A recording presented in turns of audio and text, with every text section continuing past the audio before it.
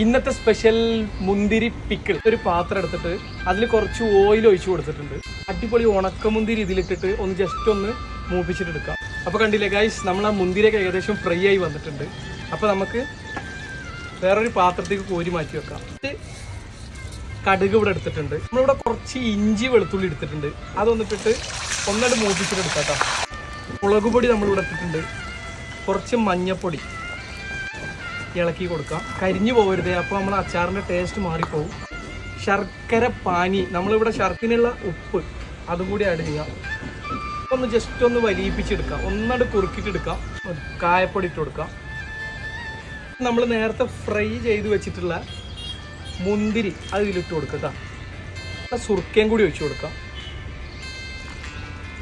നമ്മളെ കല്യാണ വീടുകളിലൊക്കെ കിട്ടുന്ന അതേ ടേസ്റ്റിലാണ് നമ്മളിവിടെ തയ്യാറാക്കിയത്. അപ്പോൾ നമ്മളെ വീഡിയോ ഇഷ്ടപ്പെട്ട നമ്മളെ ചാനൽ ഒന്നൊരു സബ്സ്ക്രൈബ് ചെയ്യുക.